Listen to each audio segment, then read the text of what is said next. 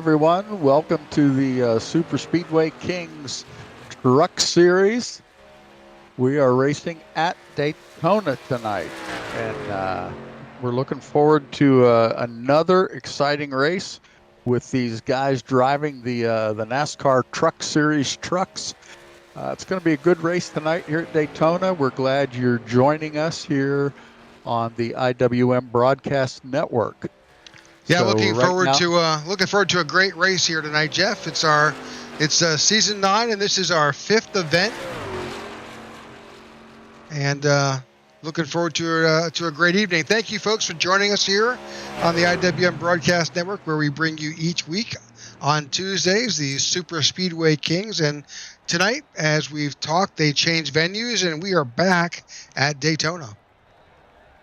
Yeah, I love when they race here at Daytona. It's got kind of the best of both worlds. Talladega is smooth and wide, and you just can go like crazy. Atlanta is shorter and much more congested, but Daytona's kind of right in the middle, and it makes for good, exciting racing. Mainly 2 wide, but you'll see these guys go 3 wide sometimes tonight. And that is really tight. It's tough to go 3 wide at Daytona. You have to know what you're doing. Well, right now we're right in the smack dab in the middle of qualifying. We've got about 25 entries. I think tonight we'll double check that count for you. We're just watching Mr. Sebastian Marin on track. And we'll switch over to, let's see, Mike Renkus is on course right now. A lot of these guys are finishing up their qualifying laps. They've only got 1 qualifying lap. Yeah, it's interesting. I think Sebastian Marin had the fastest practice lap, but now that they're in race trim, there he is again. He's got a 51.336, and Gabe Butler 1/100th of a second behind him at 51.37.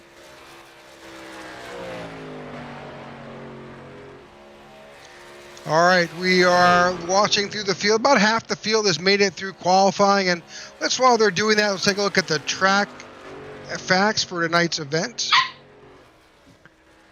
Yeah, I hear a truck backfiring there in the background. Somebody's got a little engine trouble.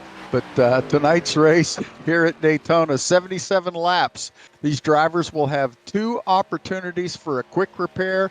If they get damaged and it makes it difficult for them to maintain speed, they can use those 2 quick repairs. They're going to run about 68% fuel tonight. Pit road speed, 55 miles an hour. They can change tires as often as they want, but they won't do it that often. We'll talk more about that later, and we've got 2 green-white checkers if we need them at the end of the race. All right, looking forward to tonight's event. It is a little bit chilly here in Daytona, 66 degrees on track. Yeah, at least we don't have any wind, though. Makes it a little easier going into those corners, 2 and 3 wide. All right, so qualifying is over. We'll get a shot of these guys gridding up for tonight's event.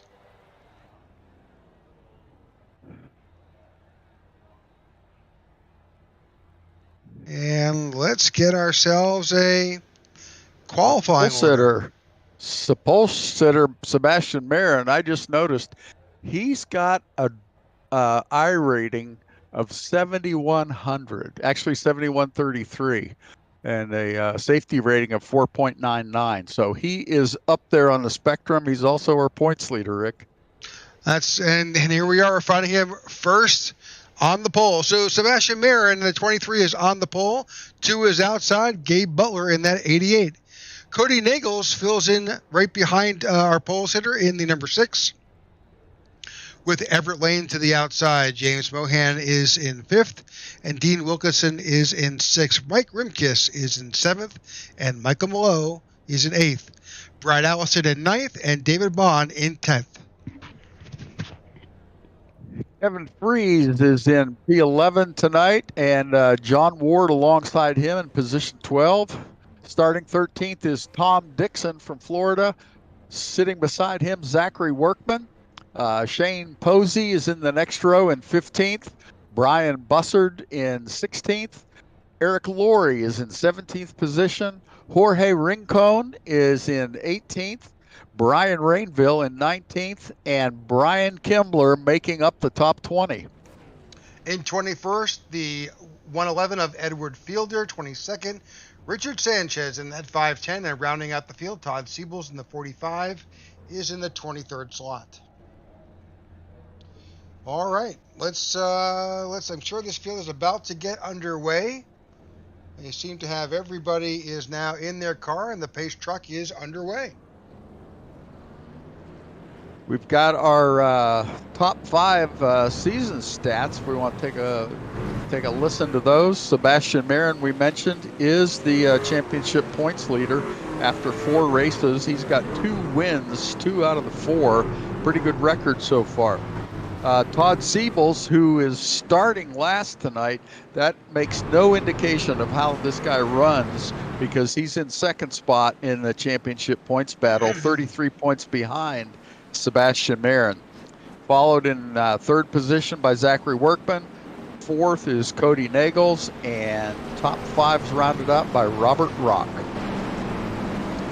All right, so as they're making their way around, I enjoy when we get to Daytona because, as you had said earlier, it's kind of that middle track. It's not as big and as wide and as lounge chair-like as Talladega, where you can run solidly 3 wide all the way around. Daytona brings its little quirks, where you can run 2 and 3 wide on the back stretch and parts of the front stretch, but as you enter into these corners, the track narrows, and it certainly, unless you've got cooperation from the guys in the low line and the middle line, that third lane is hairy. So I think it just brings an extra bit of drama each time.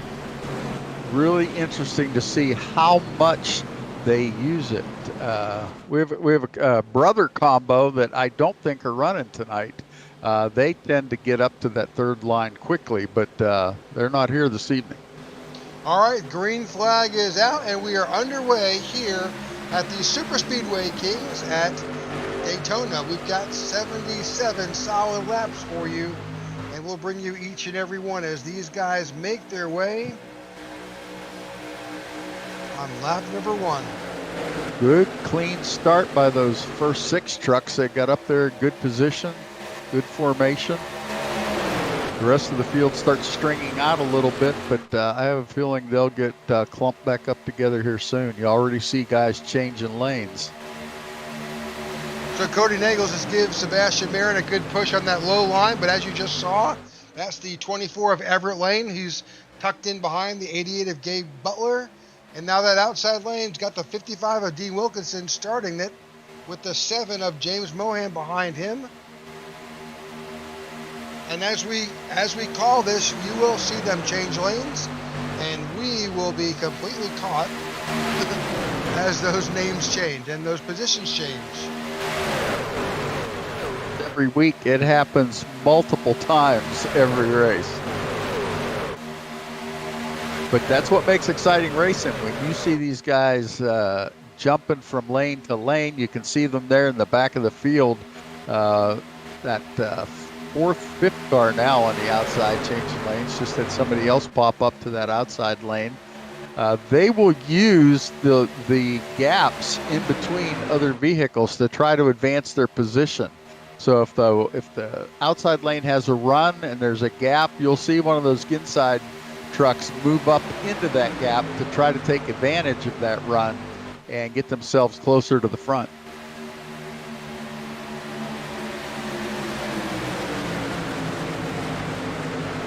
Yeah, that 23 truck of Sebastian Marin has dropped back a little bit now. Gabe Butler leading the way.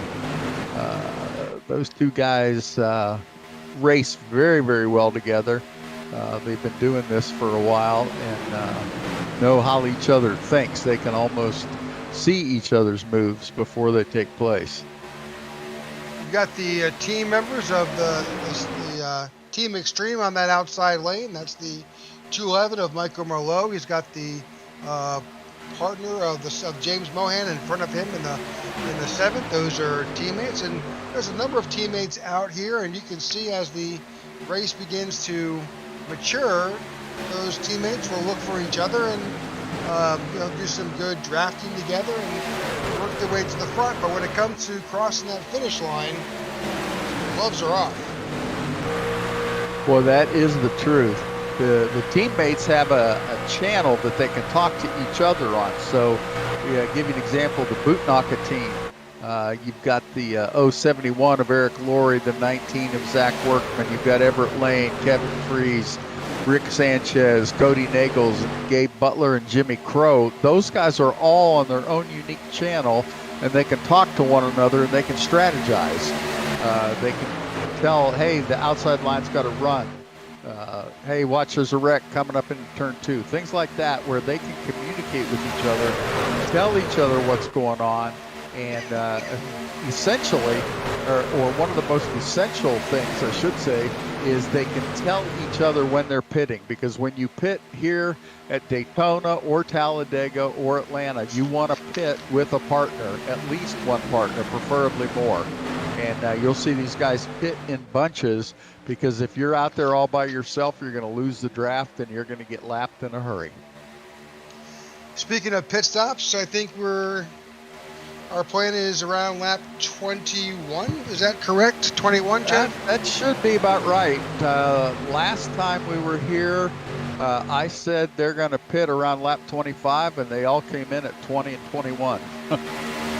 So we'll see what happens tonight. But if we stay green, I think you're right, Rick. I think we'll see them about that 21st lap, maybe a lap or two either side of that. So we did get a correction on some pronunciation. Probably the names we've been butchering all season. So it's that 211 truck of Michael Mayo, or Mayu, and James Mohan. I think we did okay with James, but I think the Mayo truck has been Mayu, yes, Mayu. That's a hard one.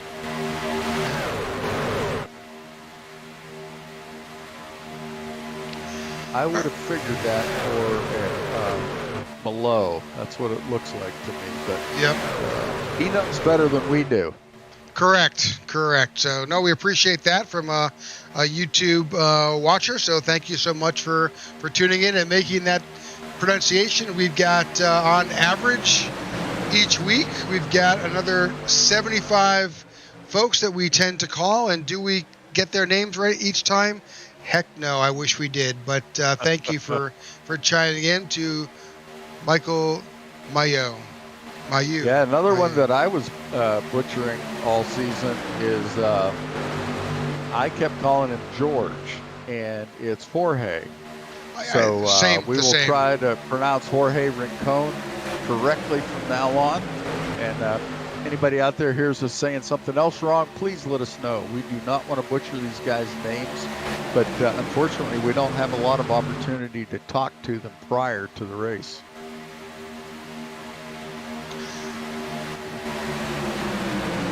Really, it's interesting tonight. Everybody's very well behaved. Here we are, lap 8. No close calls, no contact that we've seen. Everybody just trying to get settled in, figure out what their truck is doing. Oh, just as I say it, there goes the spin.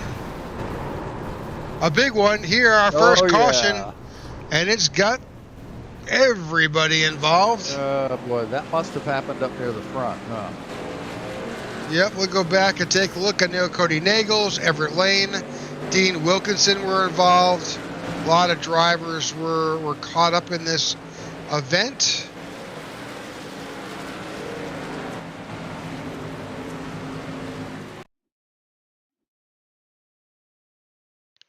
I'm going to try and go back to David Bond. Let's find...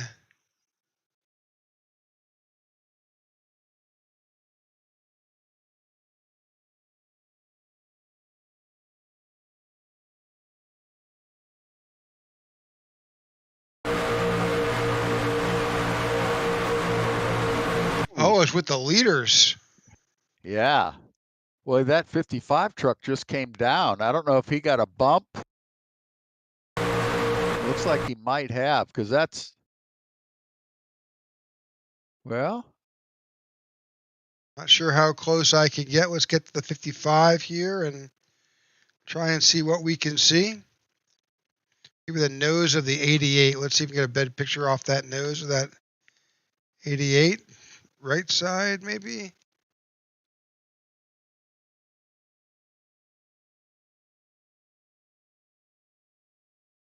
Try to see if I this think we gives can us see anything. there. Yeah. So he definitely comes Oh, right he just down. comes down. Probably thought he was He was clear. clear. Yep. Yeah, that 55 of Dean Wilkinson must have thought he was clear, but he unfortunately wasn't even close. But boy, that sets off a chain reaction. You can see everybody just trying to get in on it. Looks It's the like entire field. a group hug session, maybe.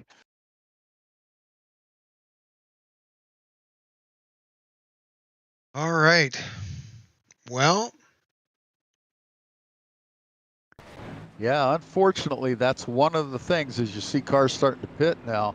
One of the things about super speedway racing, they're so tight together.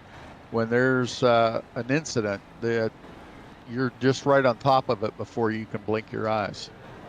so pretty much the entire field has come in, even those guys who were not involved, to top off on fuel. We were about halfway through a fuel run, and they'll take this opportunity to top off and head back out. I couldn't tell for sure. It looked like Sebastian Marin took 4 tires, which and Brian Rainville.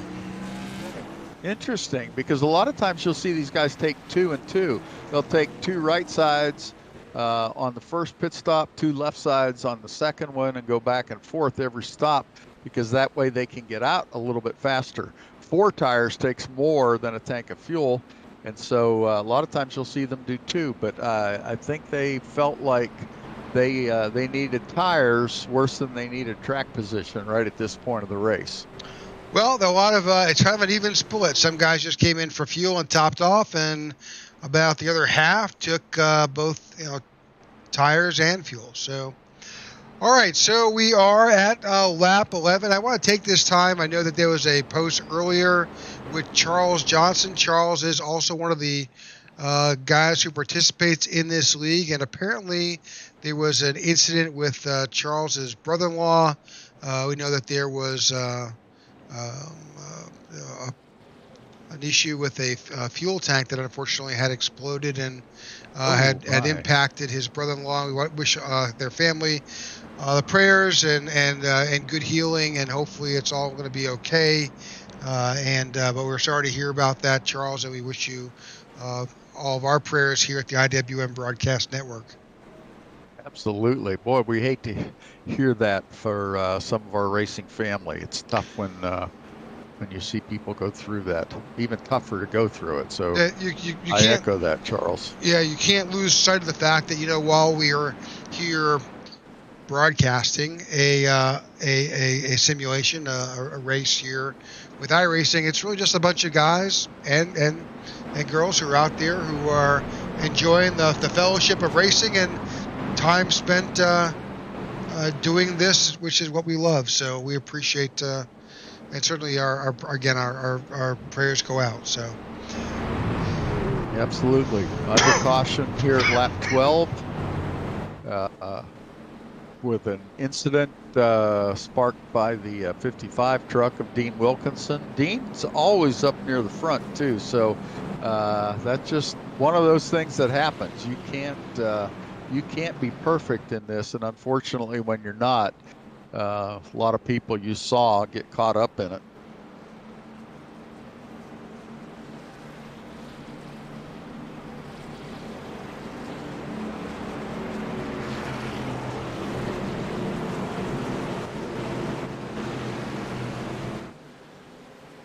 Looks like the lights on the pace truck are off, and we should there the pace truck's off.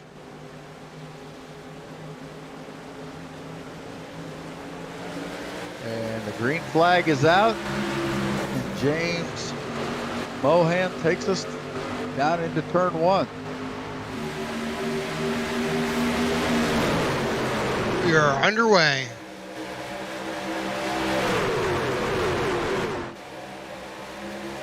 Not a great restart by that outside lane. They, that gave Sebastian Marin got all that track position back just by having a good restart and having a gap there that he could move up into. And now all of a sudden, he and Zachary Workman are out in front, nose to tail.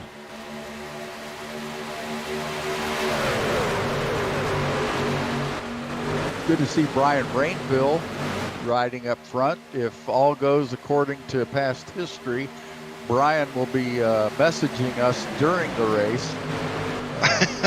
We don't have the rule like NASCAR of no cell phones in the car. So Brian sometimes becomes our in-race commentator.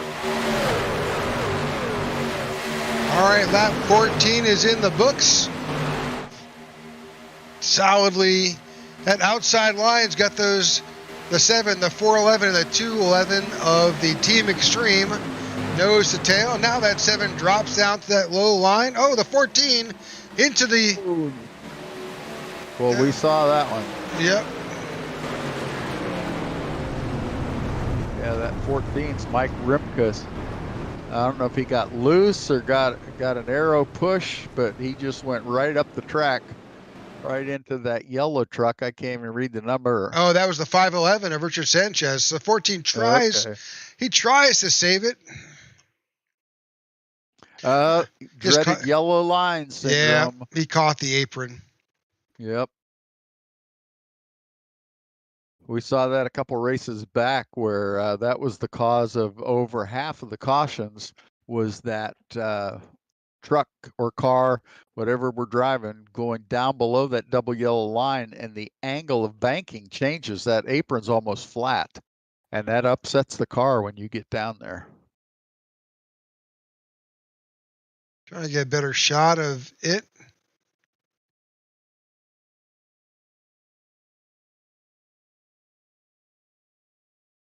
Let's just run it through and you can see it again. There, he dips down below that double yellow line. Boy, he's just flirting with it. And there, comes back up, tries to stop, and it just got him down further. He started up the track, caught it, but when he caught it, it angled left even sharper that second time and went further down, which just threw him right up the hill, right into that 511 machine. Yeah, unfortunately, Gabe Butler caught up in it too. Well, the 14 kind of survived, and unfortunately, the 510 became the victim of circumstance and position. So yeah, correct. The 88 Gabe Butler was involved, and all right. So everybody during that caution has come on to pit road, did what they needed to do here at lap 16. Like the 510 used one of his quick repairs, it looked like. Yeah, that 14 was, I think, Mike Rimkus, who was the truck that struggled a bit to recover off of that where the apron meets the racing surface. There's a bit of there's a difference in degrees of banking, and super easy to upset the truck. Yeah, we see the 88 truck of Gabe Butler, innocent bystander in that incident. He got pushed up into the wall, and he is sitting in the pits right now. Doesn't want to use a quick repair, fast repair, so he is getting some work done on his truck. There you see him in the number 2 pit stall or number 3 pit stall, and he's going to take some time. You'll see him move here shortly, I think, because the truck or pace car is just coming out of turn 4. Yep, there he goes. He was across the start-finish line where he pitted, so that gave him a little bit of an advantage in that he could delay even longer, get some more work done before he got back out there. He'll be at the end of the field but as we've seen in the past, he knows how to work his way to the front. Absolutely.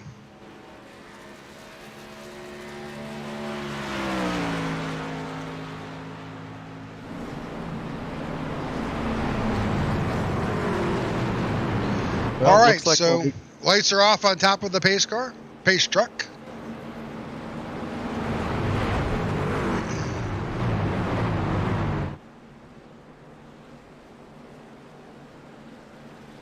You know, just as we were speaking about Charles's brother-in-law, Charles just posted and said that it's going to be okay. He's got to talk to him, and he's got some surgery ahead, but it could have been worse. So.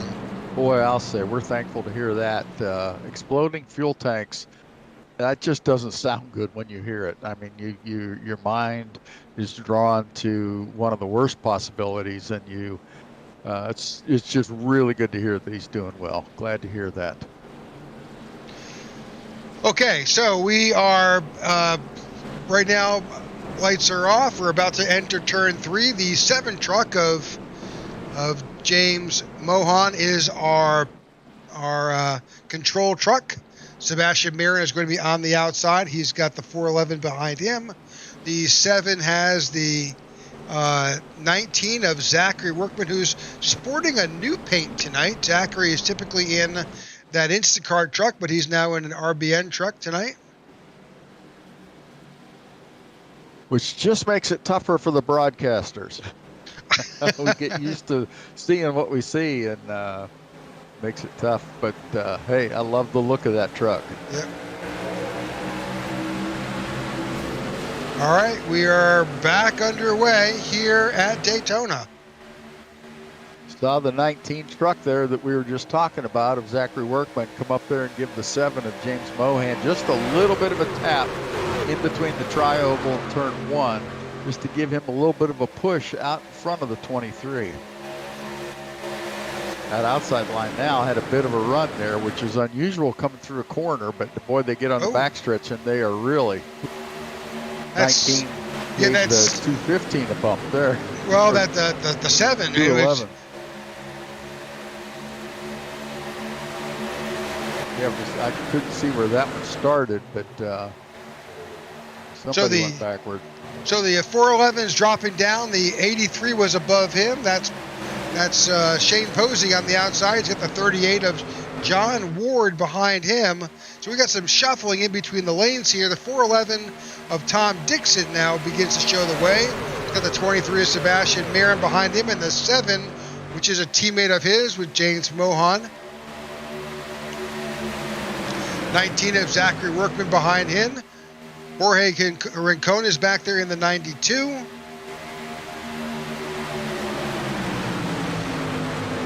That 411 truck with Tom Dixon going into turn 3 there, he had a speed of 193. So these trucks are moving along. They'll drop off a little bit in the corners down into the mid 180s, and then start climbing back up again once they hit the straightaway.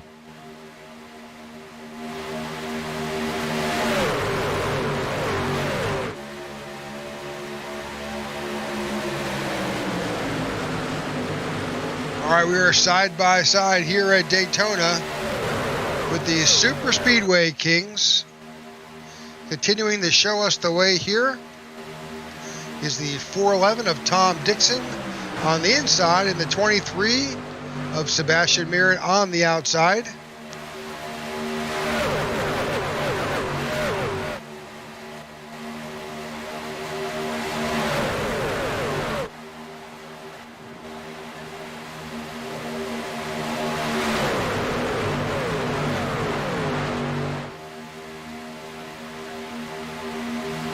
Some great side-by-side racing.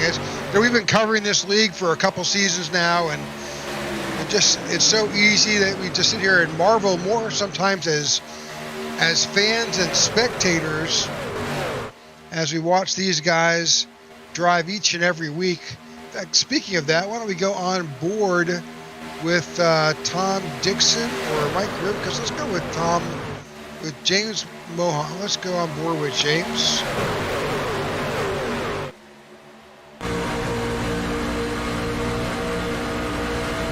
Well, you can see the way those trucks move from side to side. That air is just, you can imagine you've got all those trucks running 190 miles an hour, and that air coming off of that truck in front of you, that 23 truck that just moved to the lower line, the air from his truck is just bouncing James around in that set machine. Now you can see how his hands now are much steadier. Oh, a little bit of contact. Yeah. Oh. Great save by James there. I couldn't tell if he got tapped from behind or if the 19 came up. I thought you could see that was a great shot of him working his hands to save that truck.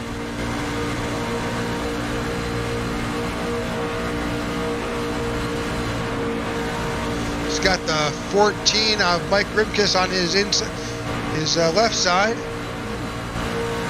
A lot of movement with these cars, trucks. And that's why we don't see 3 wide very often here at Daytona. But I guarantee we will at the end. And as it gets closer to the end, we may see a couple guys try it.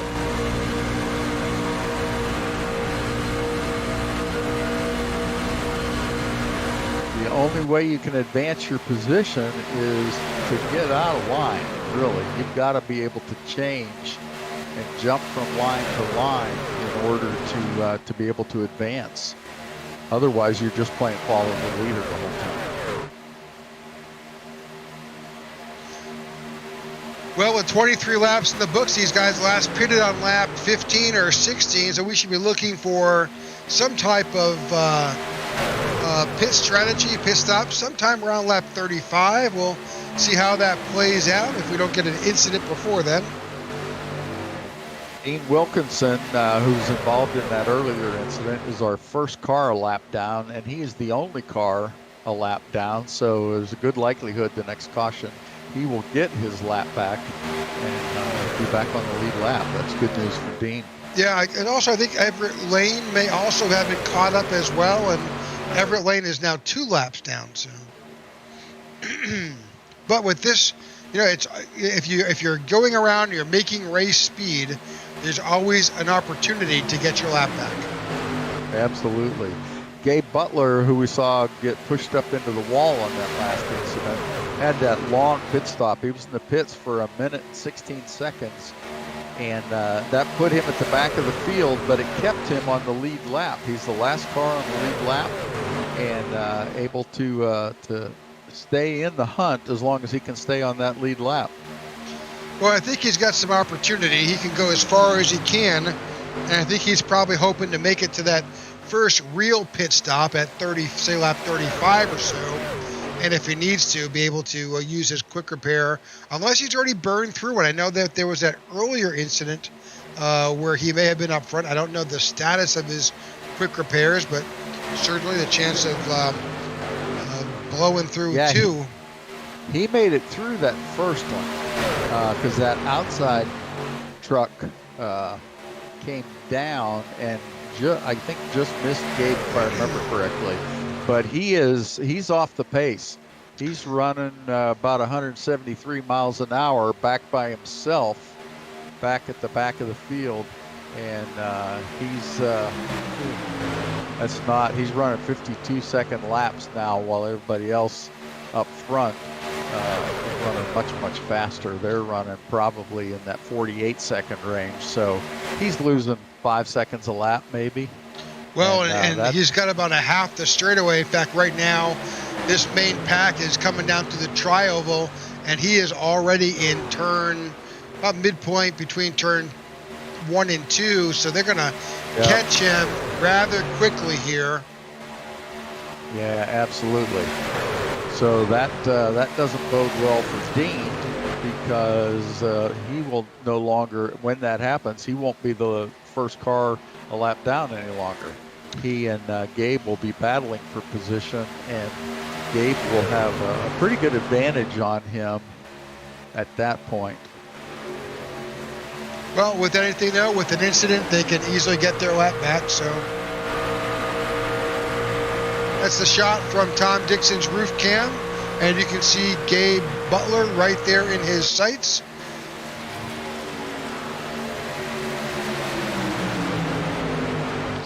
These guys right now are about 186 miles an hour.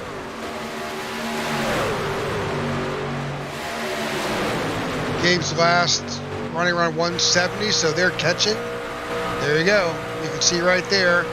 Gabe, yep. Always a gentleman, moves up, tries to get out of the way of these guys.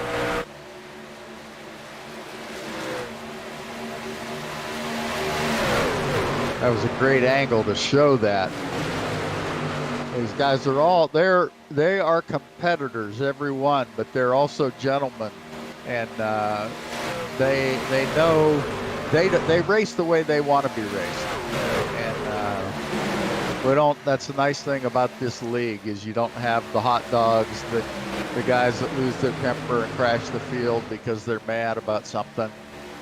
So it's yeah, that was good to see them. That was the 93 of Brian Kimbler also going a lap down. So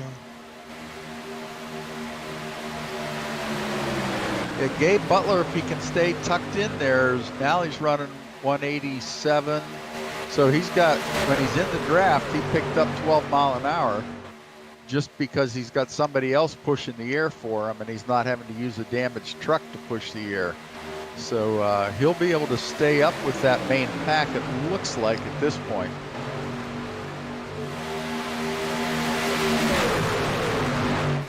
All right, lap 30 in the books. About 5 laps away, by my calculation, 5-6 laps till we see green flag pit stops. When you see that second lane starting to thin out, although right now there's only 5 trucks up there anyway, but guys will start to position themselves in that inside lane when it gets time to pit.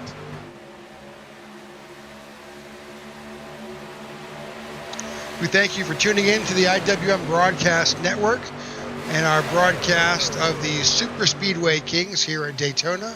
We know you have a choice in what you select with your sim racing broadcast, and we appreciate you tuning in to the IWM League. Certainly, if you can, like and follow whatever stream you are watching us on, and subscribe to our channels, and hopefully we'll bring you some more exciting races each and every Tuesday and on Wednesday nights with the Tech for Troops Cup Series. They are in their playoff right now, and they're starting their round of 8.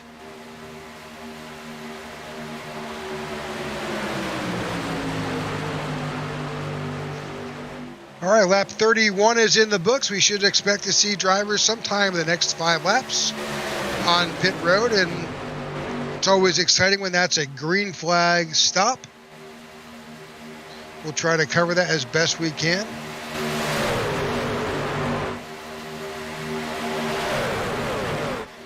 I always love the night races here at Daytona. Yeah, I do too. The way the light falls and the shadows, and it's fun to watch a night race here. It's also fun to race a night race here. It's just a whole different feel than it is in the daytime.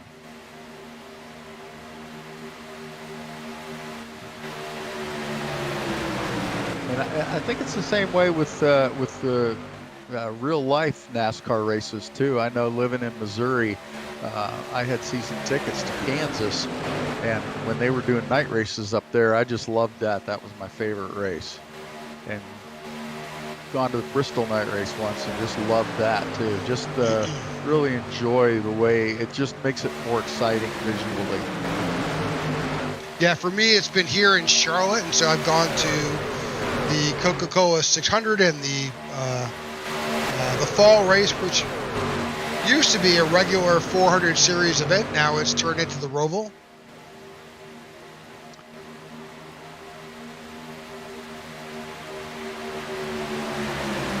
It's like Tom Dixon in that 411 found his way to the front and figured he likes it there.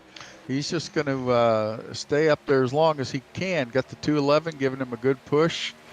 Really, Team Extreme has got the whole front row. They got the 411, the 211, and the 7. They're currently in control of both lanes right now. They must have figured something out on their setup, or they're talking strategy on the headsets, and it's paying off for them big time. This will be interesting, though. We're coming up here in another lap or 2 or 3. They'll be making pit stops, and you've got teammates in both lanes, and they can do that. They can pit from that outside lane, but it's pretty difficult. You've got to have good communication, and you've got to know everybody below you is pitting, so you're not just making a step of faith when you turn left. So right now you've got Tom Dixon, the 411, currently in front. He's got his teammate Michael Maillot behind him. On the outside, that's 7 of James Mohan. Brian Rainville is up there, and the 19 of Zachary Workman.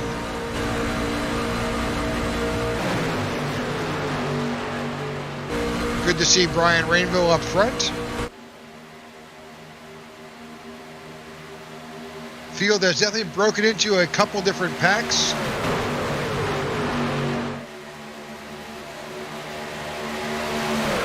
Team Extreme has now dropped down and are now right there, 1, 2, 3 in that low line. You can take that as a great sign that they are getting ready to pit, and those trucks will all go together at the same time. Brian Rainville is on that outside all by his lonesome pretty much in that number 60 UPS truck. Oh, Sebastian Marin tapped the back of the 19,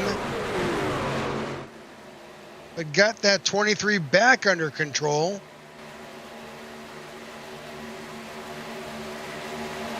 Looks like there may have been an incident with David Bond, but did not cause a caution.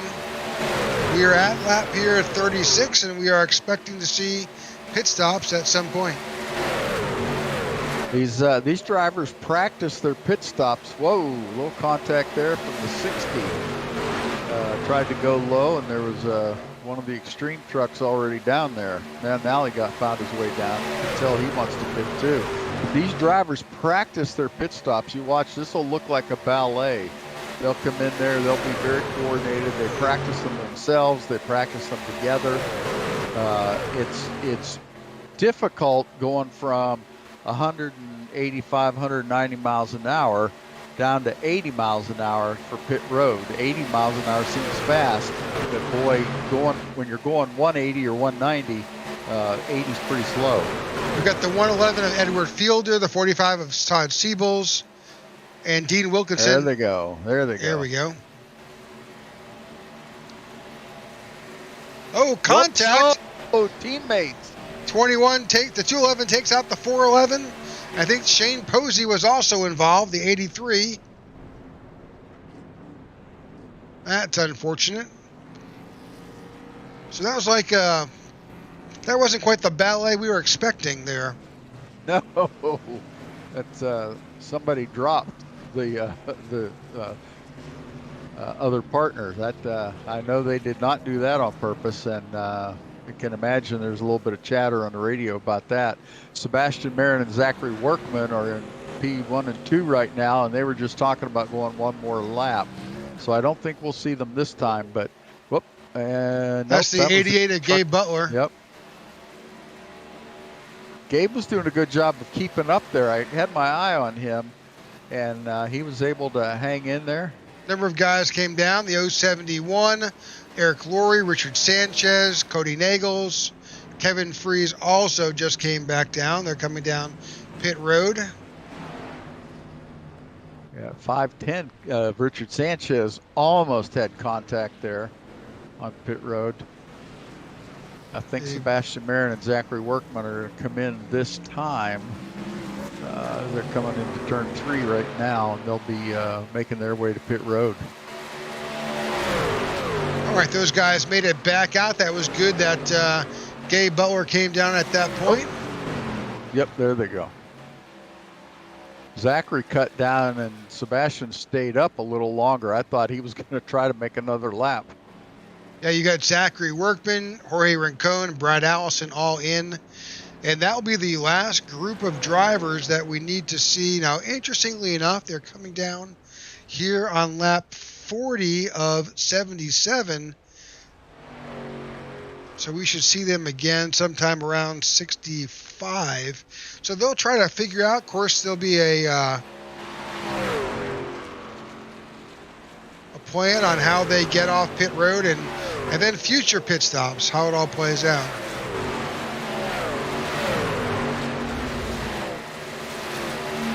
Just a couple trucks to make their way out of pit road. Just about everybody has pitted.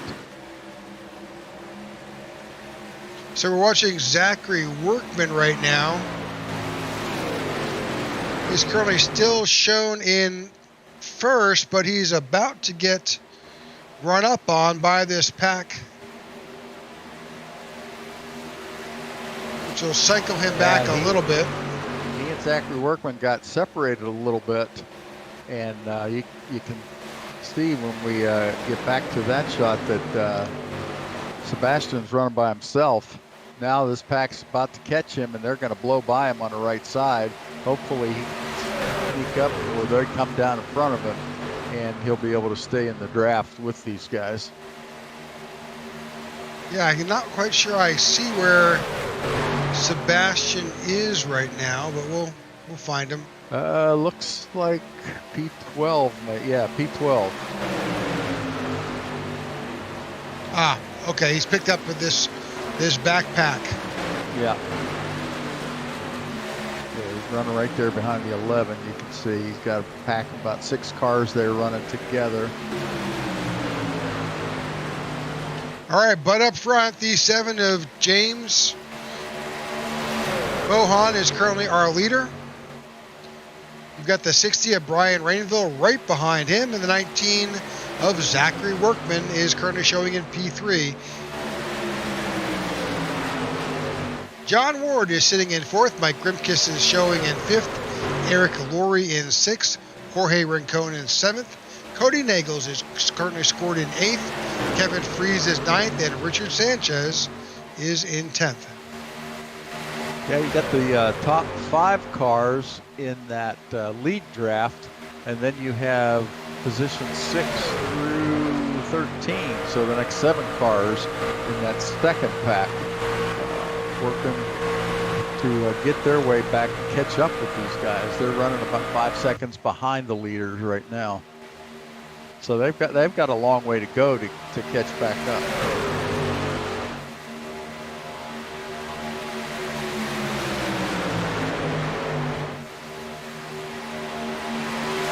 You would think they might be able to go a little bit faster if they would get single file, but that's hard to, when you're on the outside there, you have to drop back 4 or 5 positions, and nobody likes giving up that many spots. So a number of guys are showing a lap down. Butler, Posey, Wilkinson, Dixon, all a lap down here. They're currently up there with this group, but they are not racing for position per se. Big move by James Moe. I keep wanting to say a different way. James Mohan jumping up to the outside lane in front of Gabe Butler. Got the 83 of Posey behind him. Yeah, as long as Gabe and Shane Posey are really running against each other in that pack for the lucky dog. So you're going to see those guys. Neither one of those guys is going to give up a spot. They want to stay in that lucky dog position, because there's likely going to be another yellow at some point.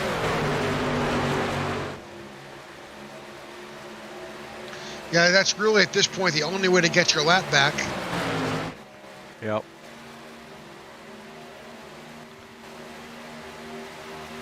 Yeah, Dean Wilkinson's back a little bit further. He is, let's see, how far behind the leaders? Yeah, it just says a lap. Yeah, it doesn't tell me.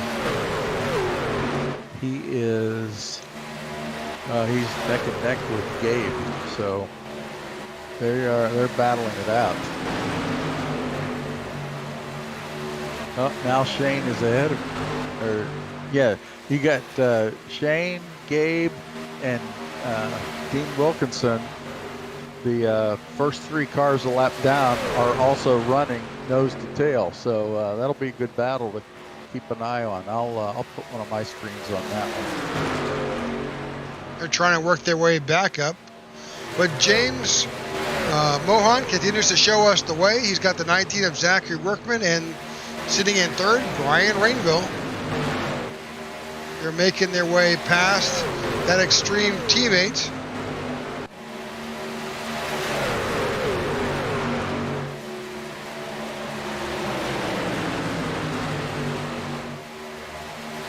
That's Tom Dixon.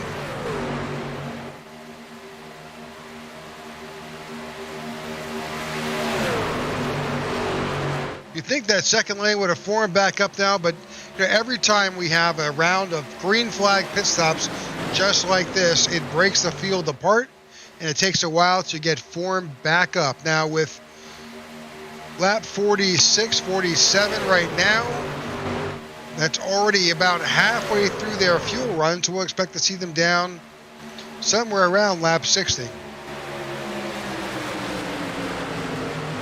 Be a lot of back and forth there. Some of that, as we talked about earlier, is the aero push you get off of the truck in front of you. But some of it is trying to keep yourself positioned right behind that guy. That's one of there's an art to drafting. And one of the ways to make your truck go faster and use less fuel is to be right behind, centered right behind that truck in front of you. The problem with that is then your engine starts to heat up, the water temperature goes up, and you've got to pull out of line a little bit to get it cooled back down again, get some direct airflow. But you can, if you stay directly behind that truck, you can use less fuel, and it helps you when it comes to the end of the race. Unfortunately, that guy out front, he has got no ability to save fuel. He is hammered down, making his way around, and he is going to burn the most fuel going around here because he is, in effect, he's the wedge. He is pushing that air up and over himself and the trucks behind him, trying to cut that aero through the air there, move it around. So he's going to burn the most fuel versus these guys, and their job is trying to find ways around them. And that's why we've seen often with 2 and 3 wide how they will bounce up and into the other lane. Yeah, and you see Zachary Workman up there in second spot. He and Sebastian Marin pitted together, but they did not come out together. Zachary must have either did something different in strategy, or could be that Sebastian needed to have a little bit of work done from that contact that he had, that incidental contact a little while back. But whatever reason, he's running in the second pack and having a tougher time getting his way back up to the front. Well, that's a good observation because Zachary Workman's pit stop was about 12.1 seconds. That's basically fuel and one side of tires, while Sebastian Marin pit stop was 17.67. Now, I don't know if that was just elongated for damage or he took four tires or what, but there's about a 5-second difference, and that's showing up here on track. Yep. Yeah, and he is making progress, though. Right now, Sebastian's only a little over a second behind that lead pack, so they are gaining on them. Oh, yeah. Unfortunately, Gabe Butler is going the other direction. He's fallen back, and he's now the third truck a lap down, so Shane Posey has that lucky dog spot. So you're watching the 25 of Kevin Fries, the 23 of Sebastian Marin, and the 071 Eric Laurie, then the 510 of Richard Sanchez. They're in that outside line trying to work their way back up to the front. They have caught the lead pack. That's the 93 that dropped out. That's Brian Kimbler. Brian is he's 2 laps down. He dropped off the racing surface. But look at the run that the 25 and that outside line has. They are now at the front of the pack. And there's Sebastian Marin there in 4th spot right now. right in that front pack, moving up into second or third spot. And it wasn't that many laps ago we were talking about him being 5 seconds behind. So if you plan on it and drive accordingly and have a good strategy, you can make your way back up to the front. Don't blink. Something's going to change quickly. That's for sure. We have 26 laps to go here at Daytona in the Super Speedway Kings' 5th race of the season.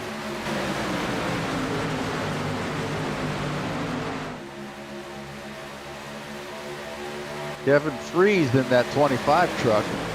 Started to mention him a little bit ago before he got to the front. He's our lead car right now. He is also the guy that hosts this league. Took over from Jimmy Crow Jr. and doing a great job keeping this together. Yep, he and Gabe Butler. Yep. Yeah, he and Gabe together work on this, and it's no small task to put a race like this, a season like this together. A lot of dedication, a lot of hard work.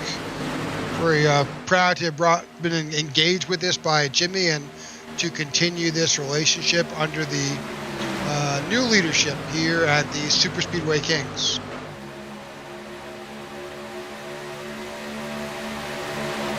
Well, the top 10 as we see it right now, you've got the 25 truck of Kevin Freeze, 23 of Sebastian Marin, then you've got the 7 of James Mohan, the 071 of Eric Laurie, and we're moving around there now. The 510 of Richard Sanchez, Brian Rainville in the 60 truck, John Ward in that 38, Mike Rimkus, and Jorge Rincon round out the top 10.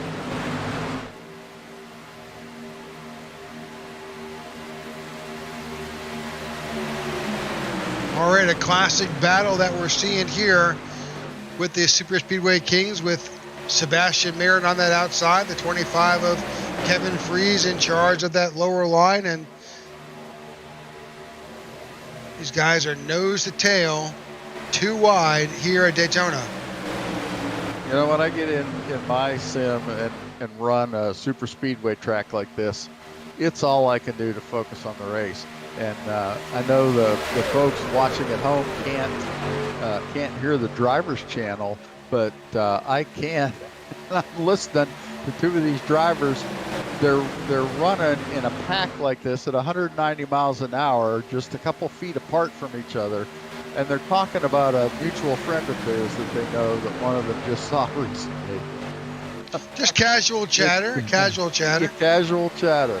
Just, 190 is no big deal. Whoops, that guy almost hit me. No big deal. What were you saying again? It's amazing the concentration they have, but yet their mind can do other things at the same time. 22 laps to go. That means we are at lap 55. They last pitted on lap 39, which means we should start seeing in the next 4 laps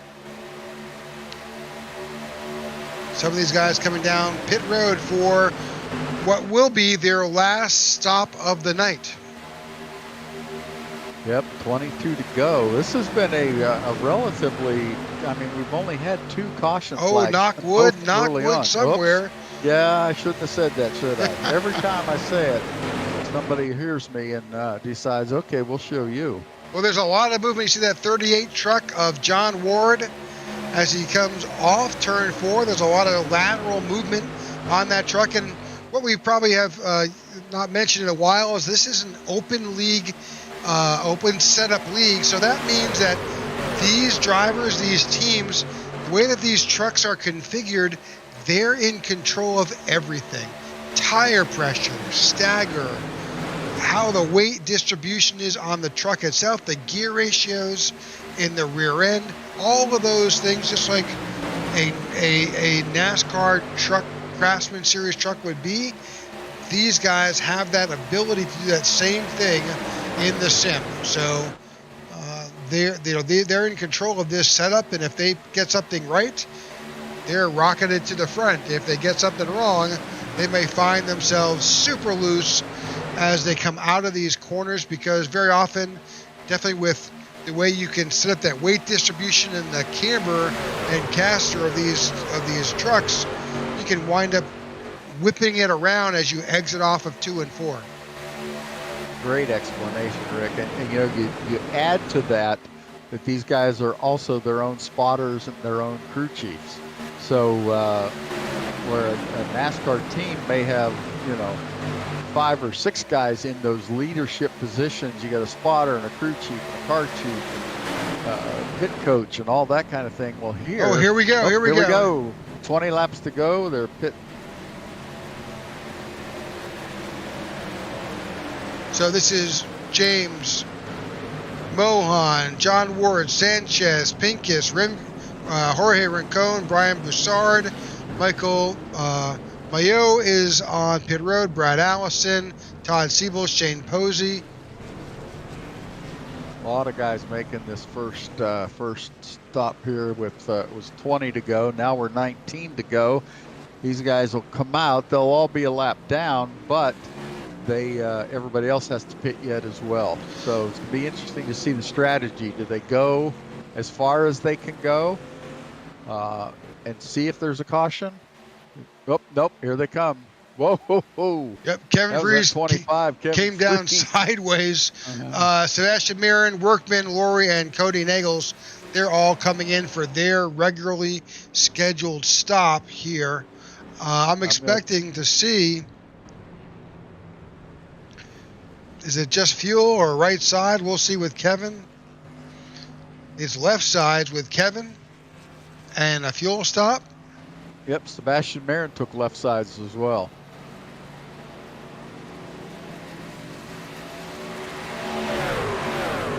Brian Rainville gets out first out of that group.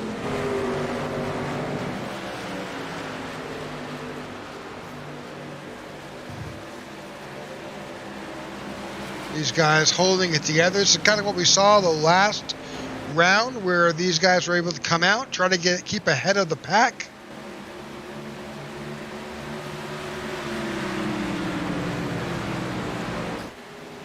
You can see that pack beginning to get together behind, but they're doing what they can to stay nose to tail and get up to spray speed as quickly as possible.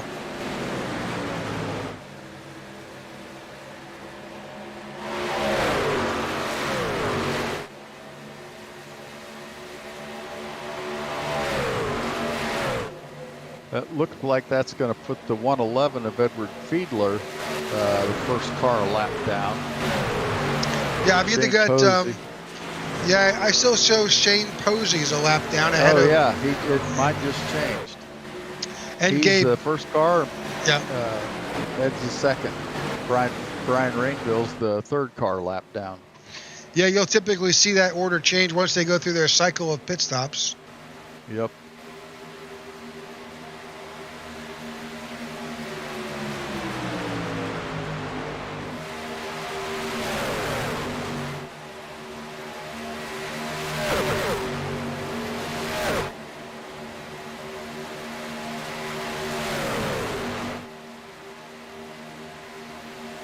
Nose to tail here, Zachary Workman, Sebastian Marin, Kevin Freese, Eric Laurie, John Ward. Yep, Zachary Workman is our, let's see. Nope, sorry, looking at the wrong list. Sebastian Marin in that second spot is our points leader. Shane Posey has kind of tagged on to the tail end of this run with these leaders here, hoping to be in position. He is the first car on the lead lap, and if there is a caution in the next 16 laps, he will be back on the lead lap.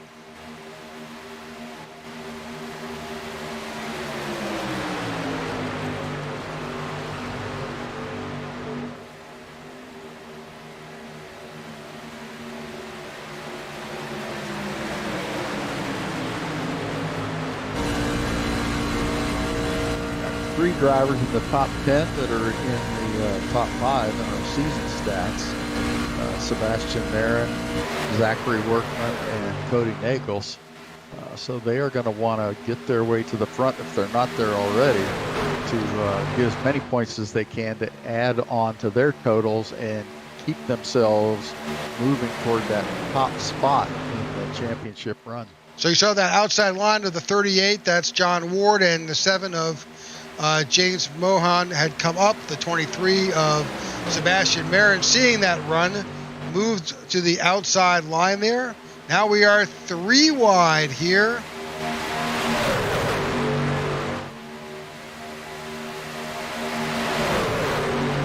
I was just watching that the 25 truck and the 38 truck, Kevin Freeze and John Ward, the second layer or the second line of trucks there, just pushing. Like there's a little bit of contact there from the 38.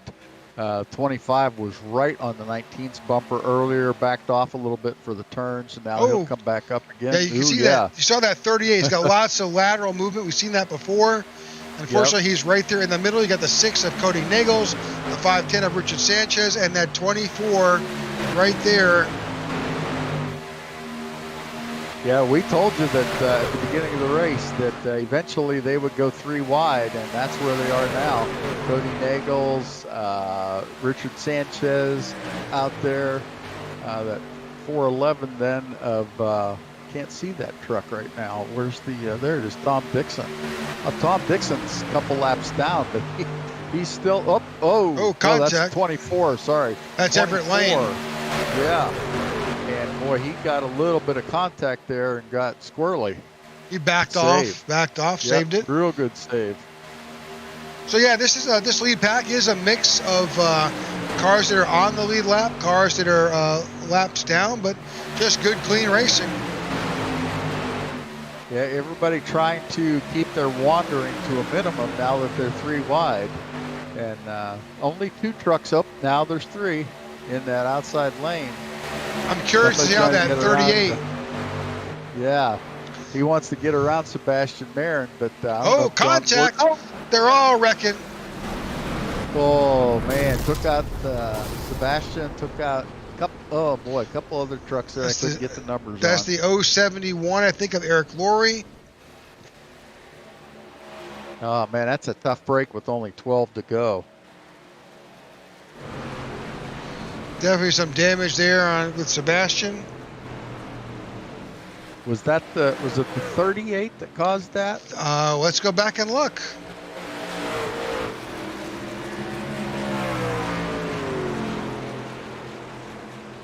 Sebastian Marin coming out of 4. Yep, he's headed for pit road. He's going to use. Oh no, he passed it up. So it looks like he got a little bit of a tap, possibly, from the 6. Okay, yeah. Or let's see, it's possible it could be net code, but.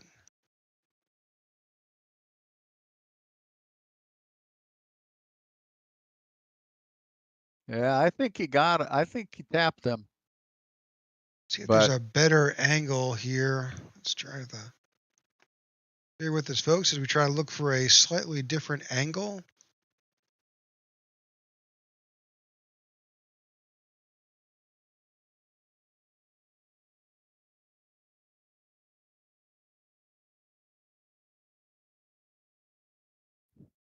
Looking from our multiple camera angles here, see what we can see. This may be. Look at the front bumper of the 6. Does he have a front bumper camera? He does. So let's go to the 6 of Cody Nagels. Let's do a nose cam. Let's back this up a little bit. That's pretty close. Yeah.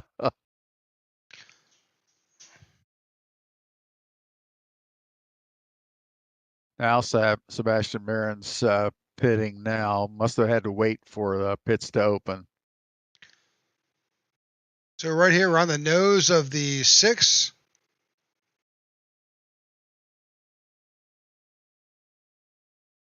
Pretty good view of that. That's up close and personal, isn't it?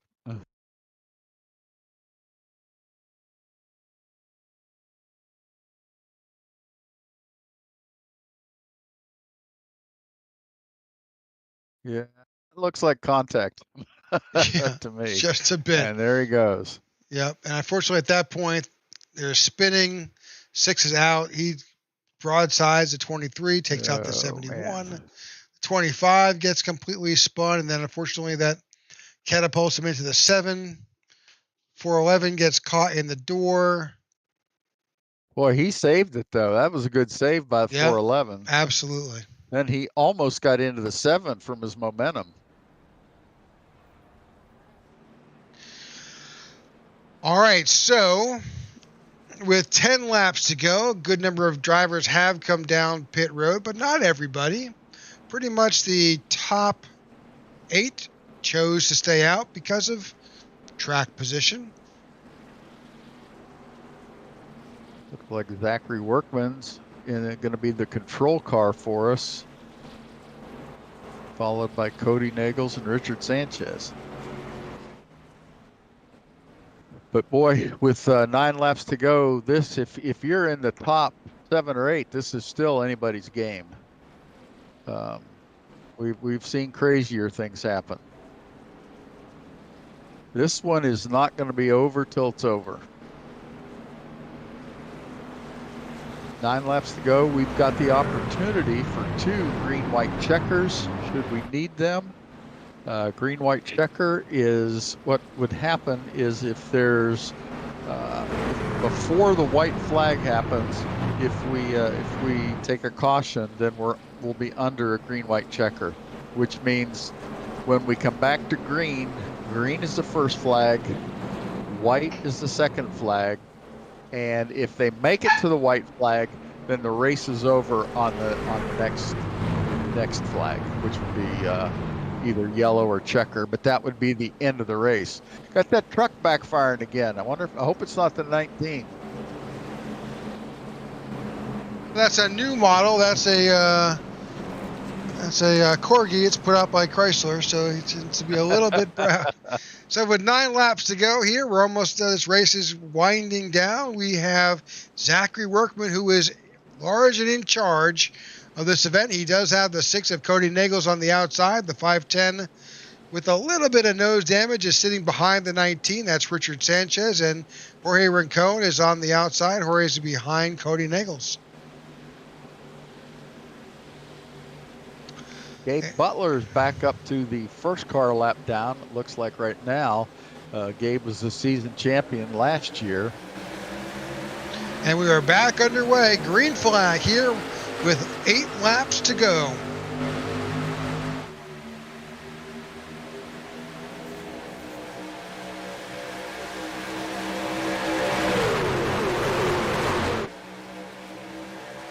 Second, neither lane really organized. That this back half of the inside lane got a bad restart. They got a gap there, but they'll close that up pretty quickly. Sebastian Marin, who was up front on that last caution flag, is in 12th now, and you're going to see him trying to make his way up to the front. A lot of movement here as these guys are trying to find their best way to get to the front. There's not much time left with 7 laps to go. So the 25 duck out of that low line and move up front. There's now 3 wide mid-pack. Oh, car in the wall. Oh, 7 gets spun by the 25. Oh, Sebastian Marin's in that one again. Big wrecks, lots of wrecks with 7 laps to go.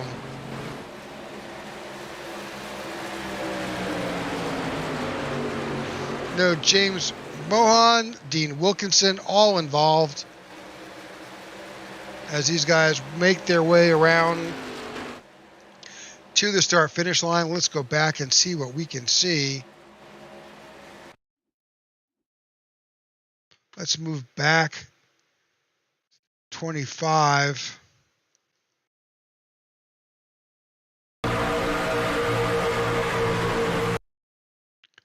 Looks like there's that 03. Boy, that was the 03 went right up into the wall, but I didn't see him. There was no contact. 25 starts up, That was either some really bad net code or he just Let's try to, overcorrected. that's the 003. Let's go cockpit. Let's watch his hands.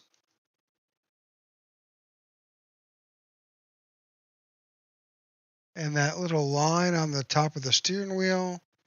25 is coming by him. He doesn't move. That's net that's code. net code. Yep. That's a great angle. Shows exactly what happened.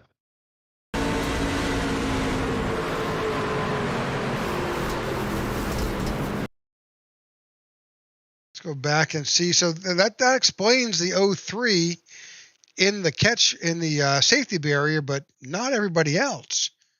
Yeah. So the 25, he comes up. Looks like he's coming up because of the. Yeah, that Napa truck down below him looks like he's coming up. Is that what you were saying? Exactly. Yep. So if we go back to the 25 and look from his position, looks like that's Mike Rimkus kind of moving up a little bit. Let's just see how that looks. So the 14 doesn't come up much, but it's enough to move that 25 up, net coding the 03 into the safer barrier.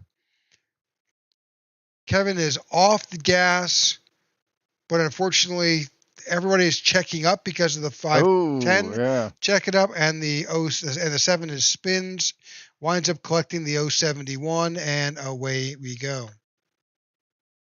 Yeah, that explains it. Cautions breed cautions. We hear that time and time again. But we just saw it right there. Okay, 5 laps to go. We are coming back to, I'm guessing. Yeah. 5 trucks still in the pits. Sebastian Marin, Everett Lane, John Ward, Brian Rainville, and David Bond. Yeah, I think, I'm not sure if Sebastian has parked it. We'll see. Yeah, he's sitting still right at the moment. I don't know if he probably has. He got hit pretty good, so he probably has some required repairs.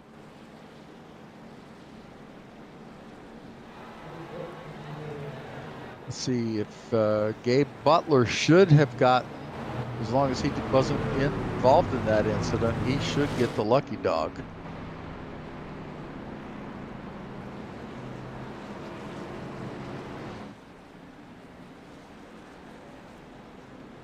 I don't know if he was involved at all. Can't tell. But I have not seen a wave around at this point. I show the last car in the lead lap as the 55 of Dean Wilkinson. Okay. That's changed since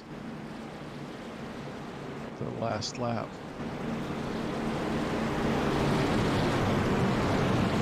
Huh. Well, the lights are off on the pace truck. It's a good possibility there may have been some incidental contact, and that, unfortunately, with iRacing, if you're involved in any way and you are in position to be the lucky dog to get your lap back, they will hold you back and not give that to you. So we're going to be at the stripe with 3 laps of regulation left. If we can get around cleanly for 2 laps, that this race will stay in regulation, and we will have a winner for you with just 3 laps to go. This is going to be a battle too. You've got guys running up front that have been there, are consistently there, and not one of them wants to finish second. So it's going to be an exciting restart and an exciting 2 laps if we stay green. 4 laps actually if we stay green. All right, here we go. Green is out, and we are back underway. Final 3 laps here. Super Speedway Kings at Daytona. An absolutely clean restart. Tight racing. There's not much time left, and these guys know it. You'll see a break for the outside. You will see an attempt at probably 3 wide if they can pull it off. Lots of changing of positions. That's the 510 of Richard Sanchez out there with a huge push by the 6 of Cody Nagels. There's a lot of movement back behind. The 19 of Zach Workman moves up with a good push by the 45 of Todd Siebels, who was the last car. A little loose there. Yeah, Siebels was the last car on the start of this race. Guys are staying too wide so far. You got to get around clean one more time. Got some good trucks in both lanes. Guys that know how to push, guys that can handle being pushed. 3 wide, 3 wide at the end of the pack. Oh, boy. Coming down the back stretch. 2 more corners to go before we take that white flag. Oh, I'm sorry. I am off my positions.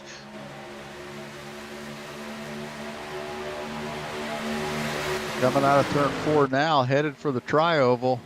The outside, there we go, 3 wide. At the 92 of Jorge Rincon. Final lap. Jumping up to that outside lane. Final lap. We are 3 wide here at Daytona. The 19 of Zachary Workman on that low line currently showing the way, but he's got a big challenge with the 45 of Todd Siebels. Todd started last. He is currently right up here at the front, challenging for the win. Richard Outside line Sanchez has a run. is trying to push the 19, or the 45 is trying to push. That's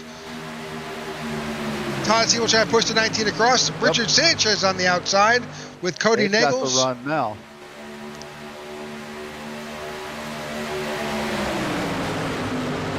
Zachary wrecking behind, but we're gonna stay with the big turn, huge wreck. Zachary Workman crosses it. Posey crosses it. Rimkiss, I think, is the next. Workman, Posey, Rimkiss survive that crazy ending. Let's go back to that checker flag finish. So there's contact back in the field. They're 3 wide, the 25. There it is, the 92. That's the 92 of Jorge Rincon, I believe, who comes up into the driver on the outside there. Not sure who that was. I believe it was the 411. Yep. So they're spinning behind, takes out the 03. Now we're focused on, but then there's the contact between the 510 and the 45, spinning the 45 around. He collects the 211 as well as the 6 of Nagels. Posey gets caught up in it, but Posey has the wherewithal to stay with his foot in the gas. He goes through the grass and crosses the finish line. Second place was in the grass, wasn't he? It sure was. That's Shane Posey. He survives that. Let's back that up. Get his cross. The 14 did the same thing. 14 of Mike Rimkus had to stay in the gas to get through there. Look at that. About 2 truck lengths and then loses it right after that. Wow. Looks like he saves it, but man, that was an exciting finish as we see Zach Workman just burning them down right now.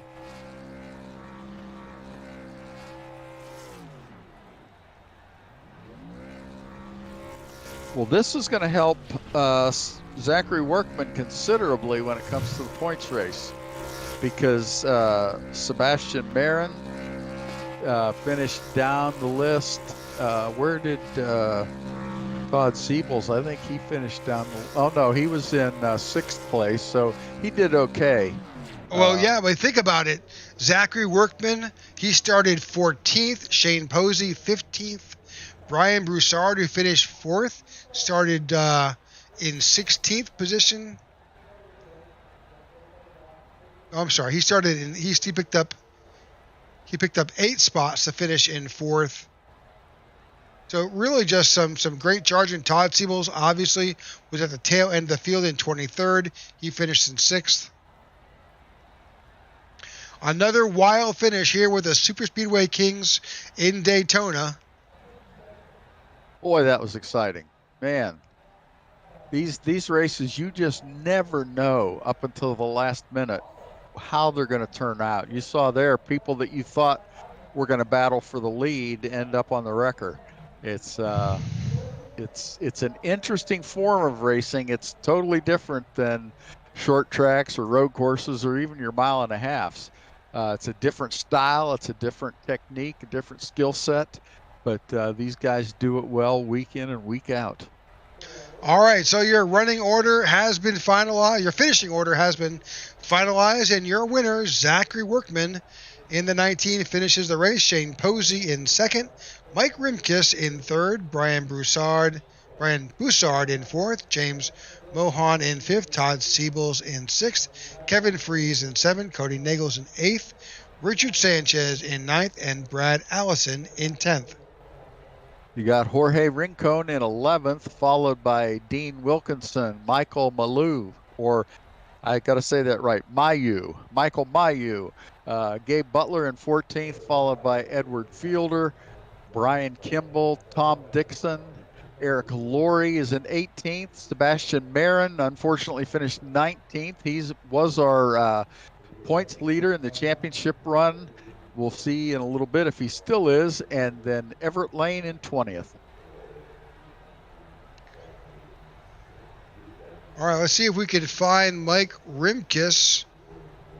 Let's see, I'm not sure if he is currently in the Discord. I don't see him. I don't either. Shane Posey? I don't see Shane. I don't either. I don't see Shane, so that means we'll have to reach out. Let's see if we can reach out to our winner. If Zachary Workman is done burning his tires off, I think he'd be happy to come up to the booth. But I'm not. Oh, there he is. I see him now. Yep. Let's see if we can bring Zachary Workman. Congratulations on your finish. That was a wild one. Thanks, Rick. Yeah, that was crazy. Yeah, we're coming down to regulation. You guys made it out cleanly. White flag flies, and then we're 3 wide in the back, and all heck breaks loose. Yeah, I thought Todd was gonna give me there, but I don't know what happened between him and Richard there. It sounded like maybe Todd wasn't as committed to the second line, but I'm not sure. I haven't seen the replay. But yeah, it was. We just kept on that bottom. I was hoping for a good push. Todd was giving me a good push there, and he had a chance for the win. I don't know what happened behind me, and I saw them all wreck. I'm like, oh, okay, cool. Take this. Yeah, well, no. Zach, Go ahead. For Zachary, for a little bit there, I thought we were going to be talking to you about third. You finished third last week. You were running third in the championship race, and it looked for a little while like you might finish third tonight. But boy, great finish there, and way to stay out of trouble to take that top position. Yeah, we got a little lucky with positioning and runs and people behind us with like damage and stuff. So yeah, we got a little lucky, but we'll definitely take P1 if it feels good, Or now, like there's always a little luck in super speedway racing, but you guys, you got to give credit where credit is due. You guys know how to run these super speedways. I got a good group of guys that I work with. Bootnakas, I'm kind of like newer to the super speedway scene. Like we got Gabe and Kevin, Eric and Everett, Cody and all of them. They know a lot about super speedway. I'm just kind of learning from them, trying to take what I can and apply it to the race. Well, you did a good job tonight. Yep. Congratulations. Any shout outs you'd like to make? First, like to shout out my parents for always watching, my streamers that always watches my streams. Girlfriend, she watches these as well. She wasn't sleeping on the couch this time, so she can actually celebrate. I got to also thank RBN podcast for jumping on. We're going to be starting here in a couple weeks for season 3 of the podcast. Find out wherever you get your podcasts, and Kevin and Gabe for running this league, Jimmy starting it, and you guys up in the booth. You do a great job, and glad we have you a part of this. Thank you so much. We enjoyed it. And that's your winner. That's Zachary Workman winning here in the 5th race of this 9th season with the Super Speedway Kings. And as always, we thank you for tuning in to the IWM Broadcast Network here on Tuesday nights. We know you have a choice of entertainment, and we appreciate you joining ours. We hope to see you next week for another week of Super Speedway Kings. I'm not sure where we're at. I'm guessing it's probably Talladega. I can tell you here in just a second. Next week is Atlanta. Oh, back to Atlanta. Yeah. All right. Yeah. Zach, we'll see you next week in Atlanta. And for all those watching, we thank you for tuning in and have a great night. Good night, everybody.